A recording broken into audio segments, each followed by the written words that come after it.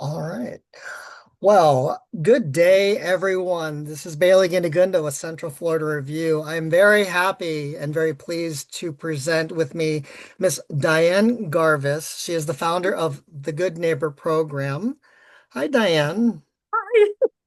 Thank you so much for making the time. I know this is one heck of a week to ask for an interview, but you've got quite a week ahead of you. So I did reference here the Good Neighbor program. You have a major event coming on Saturday, We do. correct? We are all boots on the ground now, buddy. Well, But this is you just said you referenced the Good Neighbor program. This is the 24th year we have produced this event for the community. So we know how to produce a show that the community loves. However, we did step it up a little bit this year. You want to oh yeah. share? Or do you want me to share? Oh, you have all the power here. You go for it. We have always done this show with I don't know if you remember Johnny Thunder from the Drifters. Here we go loop de loop and under the boardwalk and stuff. Yeah. He was a dear friend of mine, and he was headliner of our event many years. We've had some local jazz groups, and we've always produced a lovely show, and I'll tell you why in a second, but now I've got everybody wondering. But this year, we're like, you know what? It's our 24th year. Let's try and give the community something a little more special. Drum roll. So I did a cold call after Googling, and I reached out to Tony Danza's people.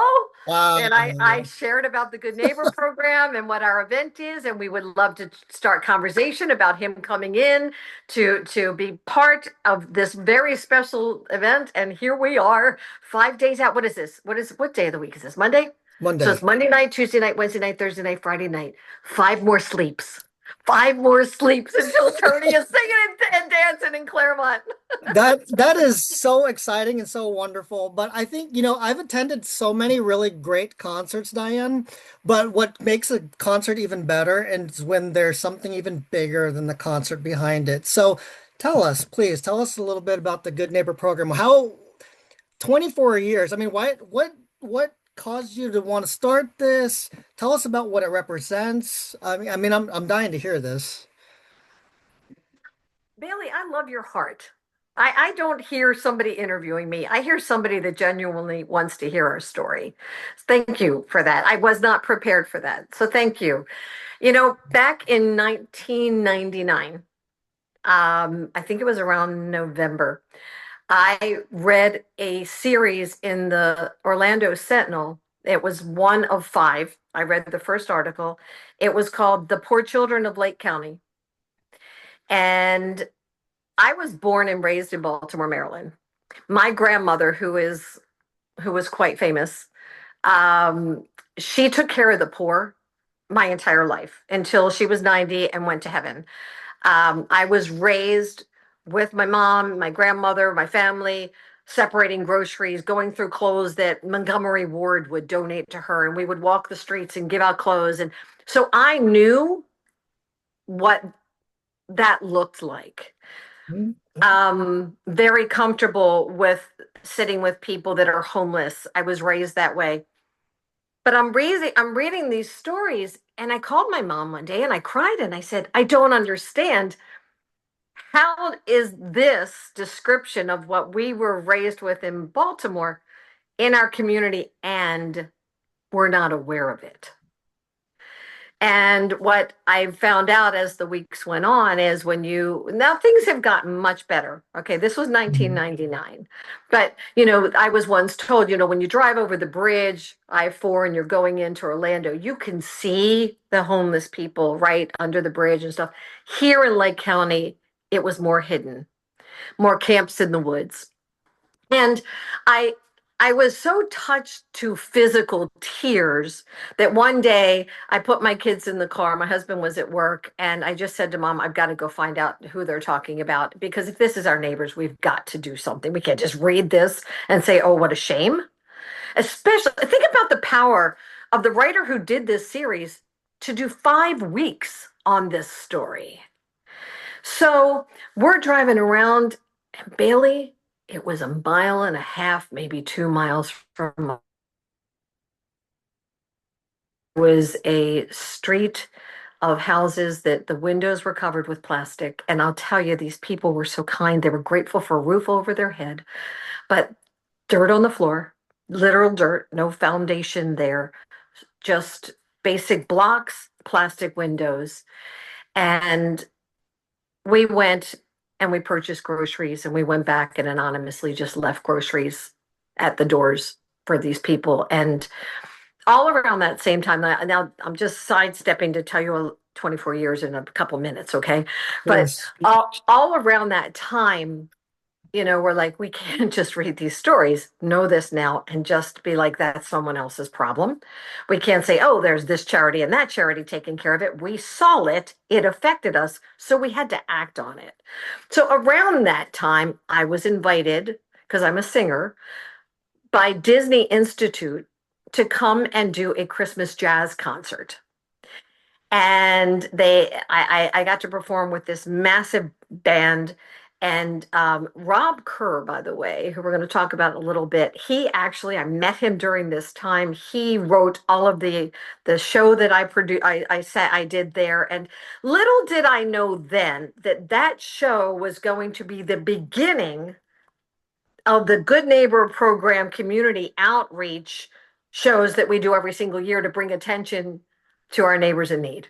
I was able to share just from my heart, just as a mommy and a resident of Lake County, you know, let's open our eyes and ears. It's the holidays. And, I just read this series in the Orlando Sentinel. And, as you're getting ready for the holidays, think about neighbors that may be struggling. And, there's the working poor that gets lost, because they just don't make it in those qualifications to get approved for assistance. And open your eyes and your ears. So I was able to share that during this show, and it began something that we did not know now, and then what we know now, um, as a way to have a microphone to reach a lot of people and say, you know what? Open your eyes and your ears. There, people sitting in the cubicle next to you. I have this philosophy that if someone tells you so and so in my family is really sick, this has been a struggle, the weekend was awful. If someone tells you something, they're looking for somebody to listen. They're not just saying it to fill blank space. Yeah. So those stories did that to me. We started giving out, purchasing groceries on our own, taking it out, giving it out. But I also, being a singer, so I would be, going to different groups singing or whatever. I would share the story. I would have the articles. I would read them. I say, you've got a women's group. What if you get together and don't go to the street I found or to the group I found in the woods? I'm sure you know somebody, and speaking at one place led to speaking at another place, and it just started teaming together time, talent, and resources in our community with no money. We don't ask for money. We're just like, this neighbor is in need. This child was just diagnosed with leukemia. I'll send you the video if you want to see it. Yeah, The please. family is devastated. And what do we do to help them? We're not doctors. We can't help them. We can't raise hundreds of thousands of dollars for medical needs. But when they come home from the hospital, what if they have a beautiful new respite? And the community, just from sharing that story, the community came together, linked arms with me and my husband. My husband's a mechanical engineer, so I can get a vision and he can draw it out for us. So, but literally in 3 days, it took time to produce this, right? But in 3 days, this community, this wonderful community of Lake County, got together. And we redid the inside of this house while this family, we sent them off to Disney in a limo and a suite for 3 nights. And the community redid the house because they received the phone call that this little guy had leukemia in their house. They received the phone call. We're Mhm. like, let's try and wipe away that sad memory and let them have happy, beautiful memories now when they walk in this house. So the community got together in different women's groups and civic groups. They're like, I'll sponsor a bathroom. We'll get together. We'll do the bathroom. I'll do the kitchen. And it was unbelievable. Again, we've done this a few times, but this particular one, everybody's together 3 days, 24 hours, taking out carpet and putting in tile and knocking out walls, and then this family comes back in a limo, and everybody's on the streets, and they're applauding them, and they're touring them in the house, and there's such happiness. The Bible says, boy, I'm losing you here, the sun's going down.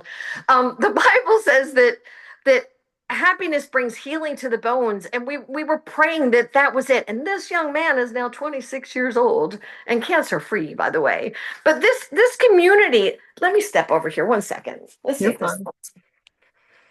Let's see. Let there be light. Does that help you see me a little better? Okay. So yeah, the sun went down quickly. But this community, whenever during Hurricane Katrina, here's a fun example for you. Sure. We're watching the news as that monster is approaching Louisiana.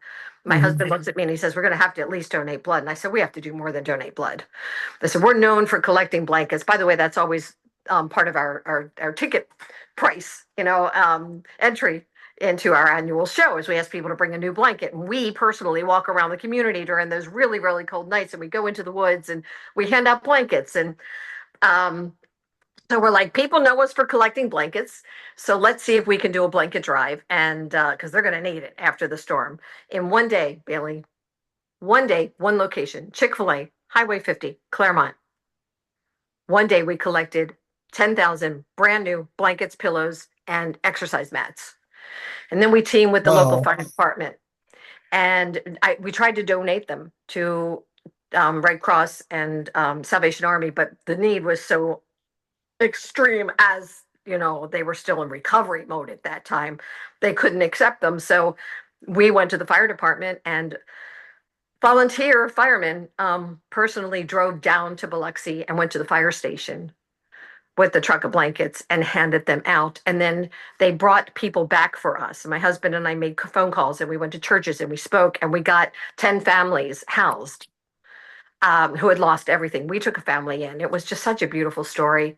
My kids are like, we can room together. We'll take in some people. But just so blessed. And we took a family and a mom and two little girls. And this community was just so amazing. Somebody sponsored them, the children, to go to private school. And I went to Lake County, Lake Sumter, and I said the mom had always wanted to go to college, and they gave her a scholarship. And while they were here, this is the way this community, not Diane and John, this community took care of these people. And it's just always been about us using our voice to share a need of neighbors. We don't see all the needs. That's why there's lots and lots of charities and lots of people. But this is our Mhm. little teeny tiny niche of how we team people together. We don't take financial donations. If people want to donate to charities, we reach out. We tell them, find somebody that could use it. We're about time, talent, resources. Like when we did a home for this amazing widow who was a school teacher here in the community. Mhm. She even got a new roof in 3 days. Like they literally tore out the roof and gave her a new roof and put in a handicap ramp. And I mean, and again, it wasn't about money. It was people that I called, cold call. I don't know anybody. Now I do, but I'm like, hey, this is what we're doing. These are the needs that we have. Would you know anybody? Absolutely. Count me in. I would love to do this. And it also works because our time is valuable, because we do these things in like 1 day or 3 days. They're like, oh, I can give you a day, or I can give you 3 days, right? Mhm. So I'm telling you very quickly, 24 years of pretend I'm a cement trunk, a truck pouring in the foundation of who we are. But it's just what we've been called to do, and it's because I read an article in the Orlando Sentinel, and I'm like, I can't just read this and say somebody else is taking care of it. Okay. You physically embodied the need to help. Like I mean, you didn't just read a story, you actually did something with it. I mean, that speaks to you just brought up religion. I do see a Christmas tree behind you. I mean, it is seeming like you are practicing what you preach, if you will.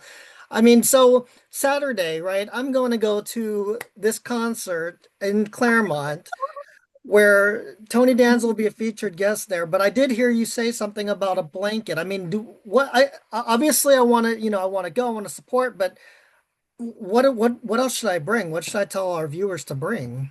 Well, we just had a rough time in the country, right? Yeah, There's a lot of hungry people right now. yeah. Even people that wouldn't normally have to ask for groceries are hungry right now, you Hmm. know? Hmm. So we are asking for a little bit of a call to action for people to show up with groceries. And they will be Such groceries. distributed, non-perishable, of course. They'll be distributed right here within our own community. We have a beautiful partnership with Omori Italian Restaurant on Highway 27 here in Clermont, and they're doing a big push to collect groceries. As a matter of fact, they're starting a contest that started on Sunday. The person who brings the most to them, they're getting them 2 tickets to the show. Wow. So, yeah, yeah. So, because nobody wants to go hungry. I mean, come on, to be honest, when you're waiting for dinner and your stomach's gurgling in one day, right? It's hard to go hungry. And I'm blessed. Give me a minute. When I grocery shop, I cry like this almost every time, and it's been years. The privilege to go to a grocery store and choose what I want to eat is such a privilege. Maybe because I've bagged groceries since I was probably 3 years old with my grandmother, and we're giving people what we have and telling them, here, this will keep you going, but they may not want canned corn, you know? Yeah. So that to be able to go up and down an aisle and be like, oh, yes, oh yeah, that's what I want this week, it is such a privilege. And as much as it will be a blessing to give these groceries, we're not giving them gift cards to go shop at the grocery store and pick what they want. But the love that the community puts into these donations is what's powerful. And that's why we put so much time and effort. We put 9 months every year into producing this annual Good Neighbor program show that you're coming to. Mhm. And it is our gift to the community, even though some years there's a call to action or there's a ticket price depending on who we brought in. Yeah. um but the production is so massive. It's our gift to the community to say thank you for the way you are always there for neighbors in need, and not just with our charity but with all of the local charities. So, Diane, okay, 24 years. I mean, obviously there are definitely you've definitely called out some of the great moments, but seeing people in need for 24 years can take its toll eventually on you. I mean, how do you stay motivated? How do you motivate the other people who are with you to keep going, keep doing this from year to year? What's the secret? But by the grace of God, there go I I now go often into the camps deep in Lake County, with blankets and stuff. My parents are in heaven now. They used to be worried about me. And then they went with me one day and they're like, these people know you and they love you. Nobody would ever harm you. And, somebody that I had handed a blanket to one night said before he took it, he goes, why are you doing this? And I said, because Jesus asked me to. And he goes, now there's the right answer. And he took that blanket and he hugged it as though I gave him a winning lottery ticket. But I could tell and this really humbled me, I could tell from his question to me, like, oh, you're just trying to do something good. And when he said I gave him the right answer, he realized, and I'm not going to tell you what I do every day. I'll tell you the highlights, but it's just between me and God and my husband and my children. It's just between us. It is not to say, here we are. There's times I have to ask, hey, we need a roof for a house, but most of the time it's just we see a need. God whispers it in our heart. We may have to reach out to somebody, to team with us, but it's not about us. Yeah. I I have an outreach also under Good Neighbor program called Tiaras of Hope. yeah. And that was founded after losing my dad to cancer. I spent almost 3 years on and off on the other side of those windows, watching the world go by so carefree while I was begging for a miracle and hearing the beeps of all the machines that my dad was hooked up to, and watching my mom just grieve, watching my dad not be my dad anymore, and 57 years, beautiful marriage they had together. And then after losing him and mom moving in with us, I would sit on the floor in my closet in the morning and say, God, you got to give me strength. I can't hold mom up. And I would never cry with her because I needed to be strong for her. But this one particular day, about 2 months after dad passed away, I'm like, I can't do this anymore. And I was disrespectful to God. And I was like, you can't fix this unless you bring dad back. And I instantly, all in the same breath, looked up and I said, I'm sorry. Mom would have washed my mouth out with soap if I had spoken to her that way. I did not mean to disrespect you, but I am shattered and I don't know how you can fix this. And then I just sobbed and I felt in my spirit, and I cannot explain it any more than this. This was 2015 or 13. I felt in my spirit God tell me He sees me, He knows I'm broken, and He's going to pick up every shard and make a mosaic out of me. And I would be stronger and more beautiful than ever before this cancer journey. That He would trade my ashes for a crown of beauty. Pulled myself together in peace that I cannot explain. It was just a still small voice. I don't know where any of this message came from. My mom was in my kitchen fixing breakfast. I said, Mom, you'll never believe what I felt God just tell me. She goes, Tell me, kid. And I told her, and she said, I believe it. And I just started speaking it in faith. God's going to make us stronger. He's going to make us stronger, even though we barely wanted to get up every day. And during this journey, a couple weeks later, I get an email from somebody I did not know that said, You've been nominated to represent Central Florida in the Mrs. Florida Elite American Dream pageant. And I replied instantly with, That ship has sailed, but thank you. I was like 53 years old. So she replied back that the person who nominated me knew about the Good Neighbor program, about our blanket drives, Yeah. about us building the houses. She said, You're a perfect fit for what we are and what our brand is and what our platform is. So I was at lunch and actually heading to lunch with my family and my mom, and that Sunday, and I was embarrassed to say it. And I said, so I get this email and they want me to compete in the Mrs. Florida pageant. And all four of them said at the exact same time, do it. It'll get you out of your grieving rocking chair. So I emailed her back later that evening and I said, I would be honored to represent Central Florida if, and I don't know where this came from, Bailey. I said, if you would allow me to take this title and go take princess crowns to children in that are battling for their lives in the hospital. I just spent 3 years. I've seen the faces of these parents. I want to bring them hope. And they're like, absolutely. Same day, I picked up the phone. I made a cold call. I called Give Kids the World Village in Kissimmee. And now I don't even have it. They mailed me my crown and sash. I keep that box to keep me humble. I did nothing to get that. So, but I didn't even have that yet. But in writing, I had, you're Mrs. Central Florida. I called. I said, Hi, I'm the new Mrs. Central Florida for American Dream. I was wondering if I could come and share some princess tiaras with your Make a Wish kids. They made a phone. They had to go through their channels. They called me back and they're like, we would love this. They set it up. I bought 24 tiaras. I bought 24 tiaras that look like this, not plastic tiaras. Yeah. These are crystal. I'm like, I'm doing this for God. I better not show up with plastic, right? So I went and they set me up in this beautiful little castle room. And I crowned each and every single little girl and boy. I have plastic crowns for the boys. But I did a coronation moment very similar to the Princess Diaries scene at the parade.